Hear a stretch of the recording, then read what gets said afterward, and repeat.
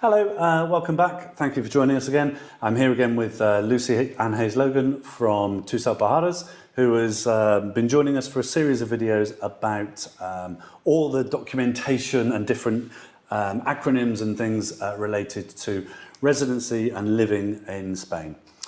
On our last episode, we talked about people who were here before Brexit with the green card. Today, we're going to talk about TIEs. TIEs, yes. yeah. TIEs are very new for us, at least. They've never really been issued for UK citizens because we've always just got the green piece of paper because we were part of the EU.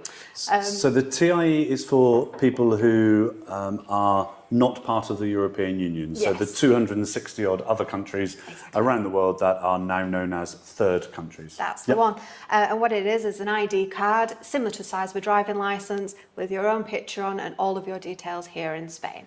Okay. It's also a biometric card. It does have a fingerprint on the back. Great.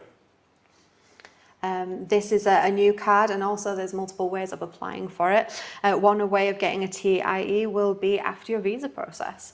You have to apply for a TIE as soon as you enter the country on your visa for a temporary for the 5 years, and then you can issue a permanent one that lasts for 10-year periods. The reason that we say that it lasts that long is just because that is when you have to go and renew your picture, same as a driving licence.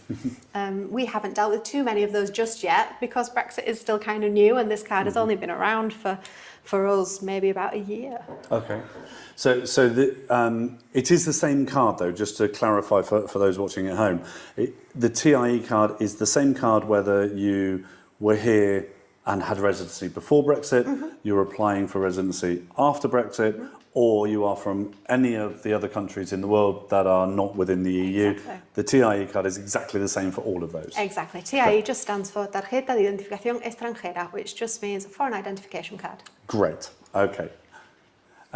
Is there anything else we need to know about the TIE? What I would suggest at the moment, we've seen quite a few comments in the forums that we're both quite active in trying to help people or guide people to finding some resolution to problems that they have. A few banks have had issues with green residencies. They're refusing to issue them. Legally, they should recognise them. The government has said that the green residency certificates are still allowed to be used, obviously because they're still being issued for European members.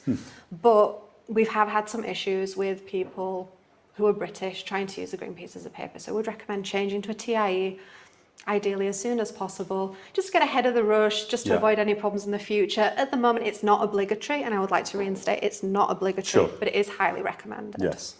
And so, as we saw after Brexit, there was suddenly a mad rush to apply for residencies and everything got delayed. And I know we certainly had some people in here in tears because they hadn't done the things in time. So while it's not obligatory today, as Lucy says, if you have an old green card, highly recommend transferring to a TIE now. It's a very simple process. It's not difficult at all. And a lot of questions I've been getting are, do I still have to prove funds? Do I have to prove medical care? The answer is no. You already proved that when you got your residency that you have medical care, you have sufficient funds to be in the country. So once you have that green piece of paper, well, the transfer to a TIE is very straightforward. Okay, that's good. And so those are for people with existing residency transfer to a TIE. Obviously, with new people coming in after Brexit or from other parts of the world as well, that's slightly different. I understand there's visas involved, which is going to be a whole subject on its own, I'm sure.